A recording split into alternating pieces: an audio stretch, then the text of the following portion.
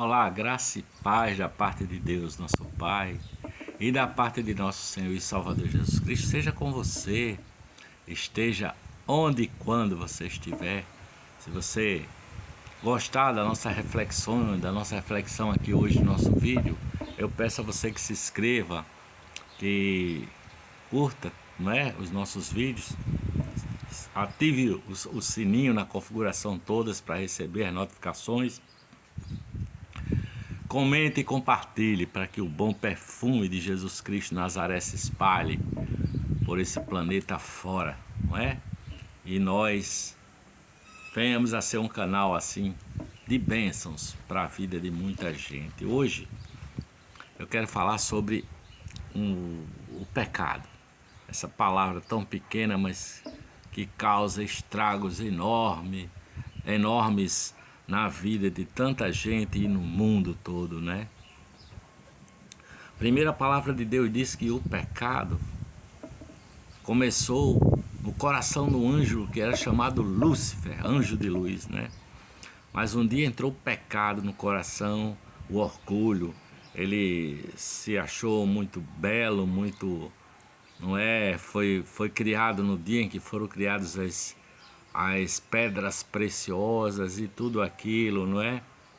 Ele se sentiu assim e quis ser igual a Deus e arrebanhou um monte de anjo com ele. E o pecado arrastou muitos anjos e eles se precipitaram na terra e perderam essa conexão com Deus, com o Pai, não é? Portanto, o pecado entrou no Éden, quando Deus quis consertar todo o problema das trevas no mundo, não é? Porque o mundo estava em trevas, era sem forma e vazia, e Deus disse: haja luz, e pôs o Éden ali. Mas a serpente já estava ali, né? O antigo diabo, a antiga serpente, o Satanás, já estava ali para tentar o ser humano e conseguiu, não é? Com que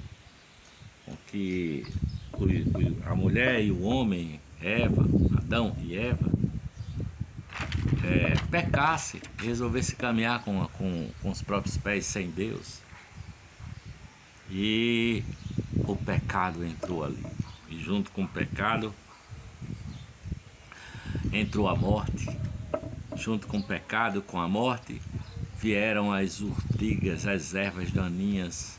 A terra não daria mais a sua livre produção de frutas, de verduras.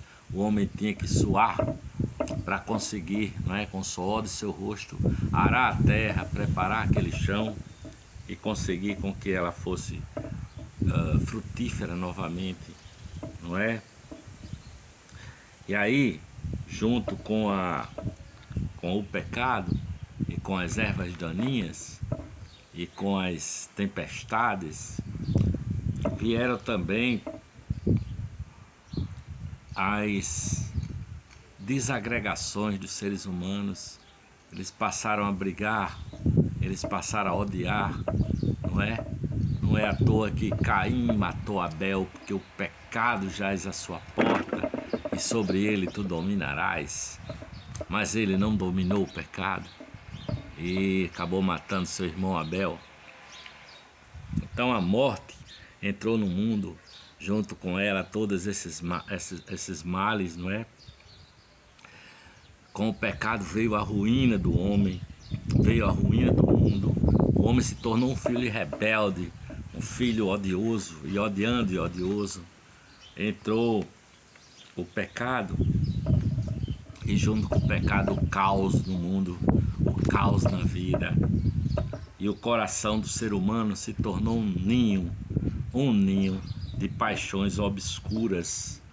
E com o pecado veio a doença, não é? Veio as doenças. E com o pecado vieram as misérias, a fome no mundo. Vieram também a vergonha e as dores da alma, não é? Todas as dores. E consequentemente a morte dominou no mundo. A morte houve esse domínio, não é? Porque o pecado, ele cava cada túmulo que é cavado aqui na terra, o responsável é o pecado, não é? Pelas mortes. Cada sofrimento humano tem a sua raiz no pecado, que tão de perto nos rodeia, sabe? Cada doença no mundo, o mundo está cheio de doenças, também tem a sua raiz no pecado. Até o inferno, não é? Que é esse lugar de extinção, de fogo, destruição e extinção de almas, tem a sua origem aí no pecado. Portanto, o mundo, quando Deus viu que o mundo estava em trevas, sem forma e vazia, porque os anjos tinham caído e descido aqui à terra, não é? Junto com o pecado deles. E aí as trevas dominavam o mundo, não é?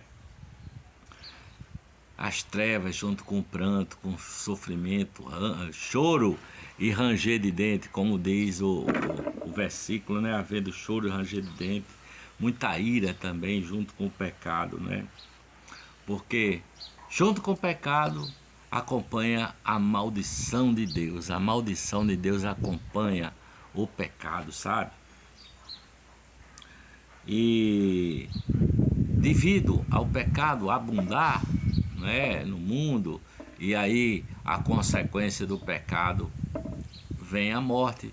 Toda alma que pecar, essa morrerá, é o que está escrito no Evangelho, não é? Portanto, nós vivemos assim como quem vive numa noite sem estrelas, né? Com trevas na alma, é desagregação, é briga, confusão entre duas pessoas que se amam, mas por algum momento começa a briga, começa as iras, as discussões. Mas eu quero dizer que a alma pode se purificar de cada pecado, de cada maldição, de cada dor trazida na alma, de cada passado angustiado por conta dos pecados. Porque Jesus Cristo de Nazaré, um inocente, assumiu a culpa e pagou toda a dívida pelo pecado do ser humano, pelo meu pecado, pelo seu pecado, não é? Ele suportou uma infinita aflição para que o seu povo fosse totalmente salvo do pecado, salvo da morte, perdoados, livres da culpa, tendo todo o escrito de dívida resgatado. E a palavra de Deus diz lá em Hebreus que de seus pecados e de suas maldades, de suas prevaricações, diz Deus, não me lembrarei jamais.